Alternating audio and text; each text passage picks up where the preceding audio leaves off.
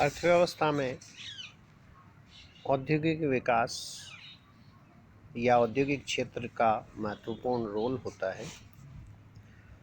औद्योगिक विकास के लिए बड़े उद्योगों के साथ साथ छोटे और मझोले उद्योगों का भी विकास आवश्यक है। भारत के संदर्भ में जहाँ की पूंजी की कमी है, श्रम की अधिक पूर्ति है या जनसंख्या बड़ी ज़्यादा है और तकनीकी दृष्टि से हम विश्व के अन्य देशों की तुलना में थोड़ा कम है। ऐसे में लघु और कुटीर उद्योगों की भूमिका बहुत महत्वपूर्ण हो जाती है। प्राचीन समय में हमारे यहाँ लघु और कुटीर उद्योग बहुत विकसित रहे हैं, उनका गौरवपूर्ण इतिहास रहा है। किंतु अंग्रेजी शासन के दौरान लघु कुटीर उद्योगों में कमी आई या उनका बाजार में योगदान कम होता चला गया या कुछ नीतियों के कारण लघु कुटीर उद्योग बंद होते चले गए। वर्तमान संदर्भ में भारत में लघु कुटीर उद्योग की बहुत आवश्यकता है और उनकी बहुत महत्वपूर्ण भूमिका है। कुटीर उद्योग से हम अर्थ लें तो है कि वह उद्योग जो पूर्णतया या मुख्यतः परिवार के सदस्यों की सहायता से चलाया जाता है और सामान्यतः उत्पादन की पद्धति परंपरागत होती है। लघु उद्योग का लें तो वह उद्योग है जहां 10 से 15 श्रमिक कार्य कर रहे हों और पूर्व में इसमें 5 लाख से कम की पूंजी की सीमा होती थी। बाद में इसमें बदलाव किया और श्रमिकों की संख्या को ध्यान नहीं देते हुए इसमें नियोजित पूंजी के अनुसार 1980 की औद्योगिक नीति में इसे माना जाने लगा।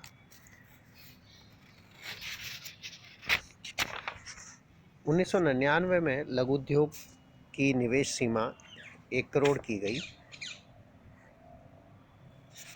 बाद में 2006 के बाद इसमें पुनः परिवर्तन किया और लघु उद्योग को छोटे, लघु और मझोले उद्यम में हमने वर्गीकृत किया। छोटे उद्योग निर्माण के संदर्भ में 25 लाख तक के निवेश हैं, लघु उद्योग 25 लाख से 5 करोड़ तक के हैं और मझोले उद्यम 5 करोड़ से अधिक तक के निवेश के हैं। सेवा क्षेत्र में लघु उद्योग 10 लाख तक के निवेश वाले हैं, छोटे कहें, लघु उद्योग 10 लाख से 2 करोड़ तक के हैं और मझोले सेवा क्षेत्र के उद्यम 2 करोड़ से अधिक निवेश वाले हैं। भारत के संदर्भ में हम देखें तो लघु कुटीर उद्योग बहुत महत्वपूर्ण है। पहला उसका महत्व देखें तो रोजगार है। भारत में जहां श्रम की पूर्ति अत्यधिक है, ऐसे में लघु और कुटीर उद्योगों से काफ़ी बड़ी मात्रा में रोजगार के अवसर प्राप्त होते हैं। हमारा अनुमान है कि लगभग 12 करोड़ लोगों को लघु कुटीर उद्योगों से रोजगार मिलता है। इसके अलावा दूसरा लाभ है कि लघु उद्योगों से कम पूंजी में अधिक उत्पादन हो सकता है।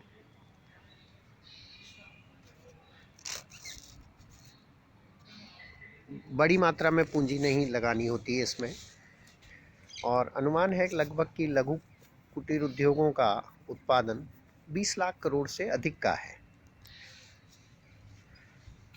तीसरा देखें हम तो इनके उत्पादन का निर्यात में भी महत्वपूर्ण योगदान है। औद्योगिक वस्तुओं के निर्यात में लगभग 30% योगदान लघु क्षेत्रों का है, लघु उद्योगों का है।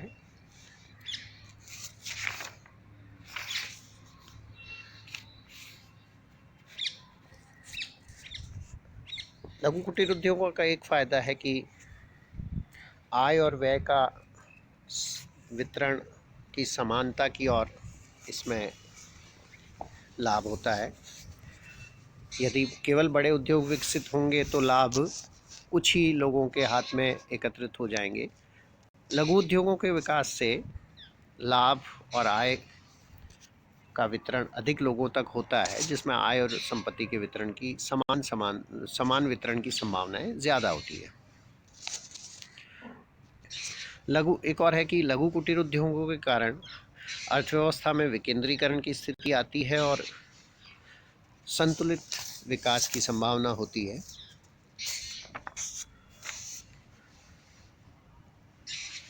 नेक्स्ट है कि औद्योगिक शांति अपेक्षाकृत होने की संभावना अधिक है, क्योंकि श्रमिकों की संख्या कम होती है या कहीं ना कहीं पारस्परिक सद्भावना अधिक होती है। अगला है कि लघु कुटीर उद्योगों से कलात्मक और श्रेष्ठ अच्छी वस्तुओं का उत्पादन होता है।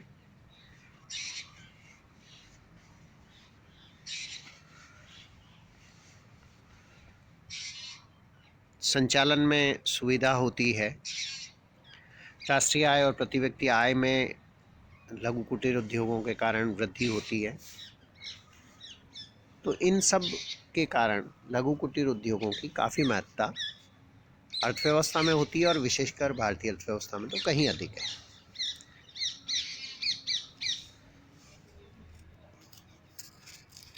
अब हम बात करें तो लघु कुटीर उद्योगों के विकास के लिए भी भारत सरकार ने काफ़ी प्रयास किए। 1954 में एक अंतर्राष्ट्रीय योजना दल बनाया। 1955 में डॉक्टर कर्वे की अध्यक्षता में एक समिति बनाई। 1948 में कुटीर उद्योग बोर्ड स्थापित किया। विशेष वस्तुओं का ध्यान में रखते हुए 1949 में केंद्रीय सिल्क बोर्ड, 1952 में अखिल भारतीय दस्तकारी बोर्ड, 1952 में ही अखिल भारतीय हाथकरघा बोर्ड, 1952 में नारियल जटा बोर्ड, 1958 में भारतीय दस्तकारी विकास निगम, 1955 में राष्ट्रीय लघु उद्योग निगम आदि संस्थाएं स्थापित की। इसके अलावा जिला उद्योग केंद्रों की स्थापना की। 1977 में औद्योगिक नीति में जिला स्तर पर ही इन उद्योगों के विकास की संभावनाओं को देखने के लिए जिला उद्योग केंद्रों की स्थापना की गई। इसके अलावा लघु कुटीर उद्योगों के विकास के लिए वित्त के संदर्भ में सरकारी सहायता भी दी गई। राज्य वित्त निगम स्थापित किए गए। व्यापारिक बैंकों को विशेष निर्देश दिए गए। सिडबी की स्थापना की गई। विपणन के लिए भी विशेष प्रयास किए गए। लगभग 250 से अधिक प्रदर्शन और बिक्री केंद्र स्थापित किए गए हैं। 1956 में एक केंद्रीय बिक्री संस्थान स्थापित किया गया। इस तरह से लघु कुटीर उद्योगों के विकास के लिए काफ़ी प्रयास किए गए हैं। समय समय पर भारत सरकार इस संदर्भ में नीतियां बनाती रही है।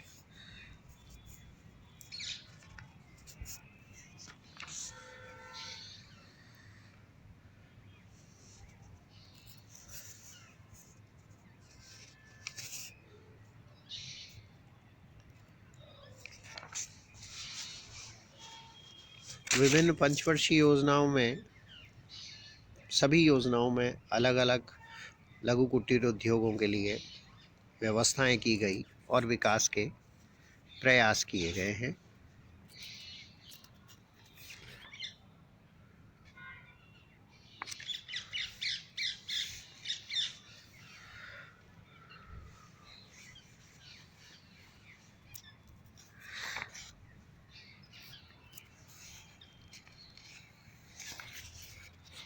लघु उद्योगों की समस्याएं हम देखें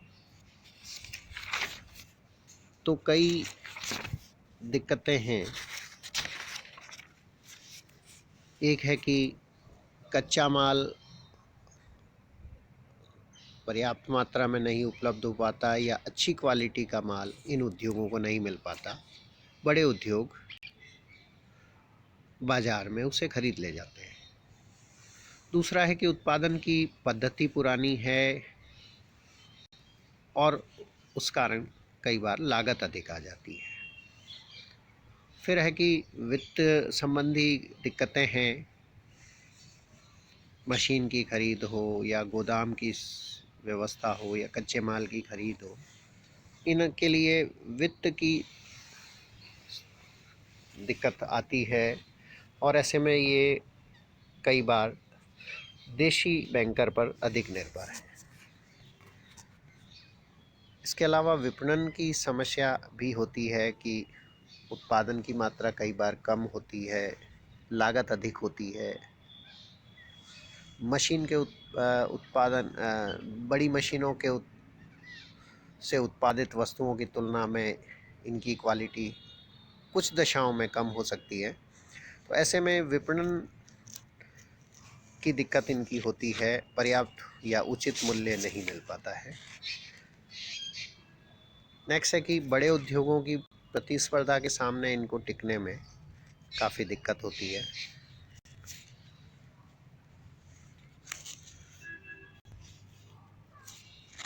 लघु कुटीर उद्योगों का क्षेत्र भी कई वस्तुओं के संदर्भ में सीमित है। अगला है कि इनके यहाँ जो काम करने वाले श्रमिक या व्यक्ति हैं, उनकी कुशलता अपेक्षाकृत कम होती है।